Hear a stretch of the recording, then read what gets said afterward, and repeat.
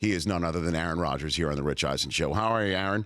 I'm doing good. How are you, buddy? I'm fine. How many takes did it take for you in that commercial? Probably about 30. No, come on, no. Seriously. Yeah. A bunch, yeah, a lot. It took a good amount. We had to, get everybody's coverage and make sure everybody looked pretty for it. Okay, and then Especially play. Who were you channeling? Were you channeling somebody? I mean, who were you channeling as you were grabbing that golf club and going for the fly? Probably Chuck Norris in Silent Rage. Great flick. I would recommend that to all your listeners and yourselves. I honestly, I got to be honest with you. I've never seen that. It's basically, I'll give you a quick plot synopsis. Sure. Chuck Norris, shirtless, going after a villain who doesn't speak. Boom. Silent Rage. And so the villain who doesn't speak would be the fly in the commercial, and you would clearly be the one with the silent rage going after said fly. Yep. And before we move on in this conversation, I don't have to see any other Chuck Norris movies to understand this one, correct? No. This stands alone. This is one of the all-time greats. What'd you think of the game last night? Fantastic. I've been a fan of Deshaun's since I saw an interview with him about his story growing up, and I've heard a lot of great things about him. Obviously, Dabo talks really well about him, but he seems like a phenomenal young player, and he was incredible last night. Yeah, and it seems he's going to go through, in a way, what you went through with the talent evaluation portion, because he's not even mentioned as the top one or two quarterbacks in this draft, and I guess he's going to have to get ready to hear some of that stuff. What do you think when you see somebody like him and his pro readiness and the fact that he's a winner, and that's the sort of metric that might not matter to some talent evaluators when it comes down to it? Aaron? I think as we've seen in the draft for years, the things you can't measure are the things that separate the good players from the great players, or the busts from the guys who make their GMs and their personnel people look really good. Perfect example is Dak Prescott. I think we all know how well he's played this year. Yes. A fourth-round pick. I think there was, 8 or 9 guys, quarterbacks, picked in front of him. Mm-hmm.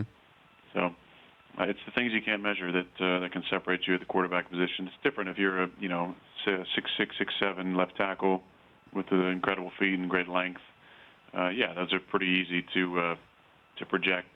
But a lot of us who are kind of average height quarterbacks who have won games and have good leadership and mental toughness and physical toughness, but might not test as well. Although the kid from Clemson, he's going to test great. I mean, he's fast. I'm sure he can probably jump, but they're probably going to pick apart his throwing motion and this and that, and who knows. But at the end of the day, he's a winner, and he's a good kid, and I think there'd be a lot of teams that would love to have him in the mix leading their team. Does that draft process and that draft weight on that day for you, does that still drive you? Is that still part of the fire, if you will, within? No, I don't think so. I think that fire's definitely gone out. It's long gone out. I just am reminded of it every year when they show my young face and my soul patch and my hair gel about that day, and just reminded how the feelings I was feeling that day was that I just want an opportunity, and I'm going to show them that the things that are most important you can't always put a number value on, and but those days are long gone. Aaron Rodgers joining me here as you set, sir, to go to Dallas. When you walk in that building, is that going to bring back some memories of that Super Bowl run for you? I mean, do you walk into places and sometimes think of journey traveled, et cetera, Aaron? Yeah, for sure, definitely. Last time we were there, I was actually hurt. It was 13 when I broke my collarbone, and Matt Flynn engineered one of the greatest comebacks in history. We're down, I think, 26-3 at half, and ended up pulling that game out late. So that was fun to watch. But it'll be my first game actually playing since the Super Bowl. So definitely be fun to get back out there. It's a beautiful stadium, and have a lot of really good memories from that field. Yeah, I remember covering that game, and I remember not watching the first quarter of the game, Aaron, because I was watching it on that big screen above.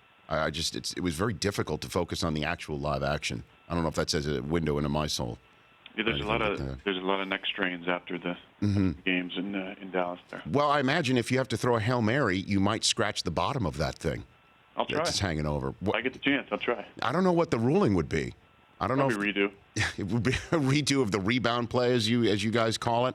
I mean, it looks like when you throw these Hail Marys, Aaron, you walk me through it, if you will, that you are trying to throw it as high as you possibly can to get it there. Walk me through your process of how you go about this. I assume you're not just throwing it just to wing it as far as you can. No, I mean, there's a lot of factors that go into where you're on the field, where the launch point's going to be, and then how the receivers get off at the snap. At the snap, Jared Cook got kind of bumped, so I wanted to buy a little bit of time and allow him to get down there.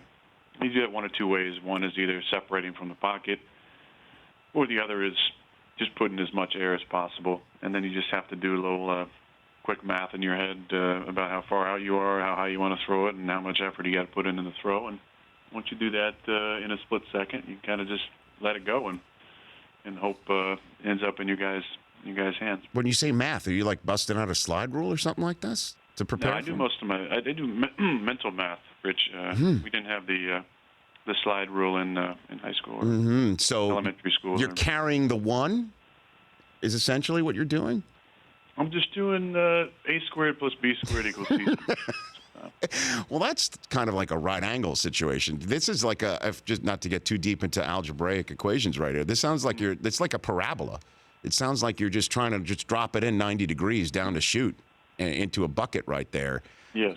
But, there is some luck involved in this, what a lot of people are pointing out to me. I just don't know how often do you work on this play? I don't think I've thrown a Hail Mary in practice since probably early in the season, one of the first weeks of the season. But something we talk about every week when we talk about the final plays and a half or in a game, what we want to run. Mm-hmm. Talk about landmarks and where we want our guys to be at. But yeah, I mean, there's obviously a little bit of good fortune involved in it. I don't think there's any good fortune in the throw and the catch, but there's good fortune in the defenders not being able to jump up and make a good play on the ball or misjudging the ball. Mm-hmm. Definitely no luck involved in the throwing or catching of it. There you go. Well, Aaron Rodgers joining me here on the Rich Eisen Show. Where are you in the preparation? Walk me through your preparation of the week here when you're getting ready for Dallas, a team that you've played already before, and it's a big playoff game. Walk me through. Yeah, we started yesterday. We came in, as opposed to a regular season week where you're going to come in and watch the film of the previous game and grade it and talk about it and then move on to the next opponent. We kind of got right to Dallas, which we did last week as well, and getting ready for the Giants. So we got right to Dallas in the film, and today is when the game plan begins to come together. Last night is film study. Today is game plan coming together, and so I'll communicate with the coaches about any ideas I have and listen to their thoughts about the direction we want to go, and then it just gets into the week of preparation with the various films you watch in the lead up for Wednesday, which is our first practice of the week, and then Thursday, and then obviously as the week continues on, it's more about the game plan and adjustments that you're thinking about making going into Sunday. You left out the part about going to South Beach, unless you've already done that.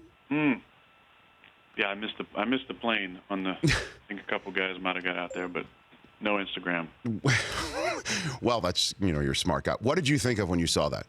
To be honest, it's your time off, so it's up to you how you want to spend it. I'm not going to critique them on what they want to do on their off time. I mean, it seemed like a pretty fun idea to be able to go out with the teammates and go somewhere. But obviously the perception was that they maybe weren't as focused. But again, it's their off time, and they have every right to do what they want to do.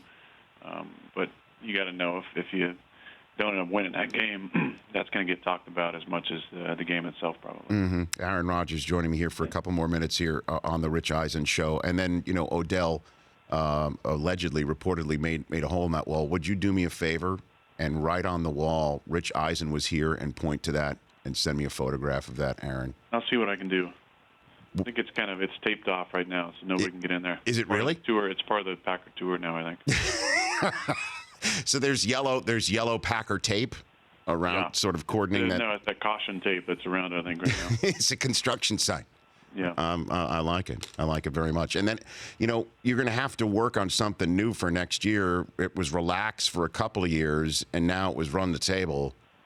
You got to work on something for next year, Aaron. You're aware of that. I may need some of your writers, Rich, to help me out a little bit. Oh, well, you must know some people out here in Los Angeles. I know a couple people. Okay. How about this one? We're just going to kick everybody's ass. That sounds a little too provocative. Yeah. We're not gonna pack it in. No, that's no good. These are all just rejected out of hand. And the mustache is a rule. Yeah, the discount. We're past the double check, right? That's gone. No, we're never past that. Oh wow. Okay. Well, we're just gonna have to come up with something new for you, Aaron. I'll try my best to spitball it, and maybe I'll drop it on you next time I see it. Perhaps. Yeah, just DM me on Twitter, buddy, with every week. If you see some sort of theme developing, so I can have a heads up. I will do that. Aaron, thanks for taking the time. I appreciate it. We'll see you in Dallas and beyond. Sounds good. You got it. That's Aaron Rodgers. The Rich Eisen Show, weekdays at noon Eastern on Audience.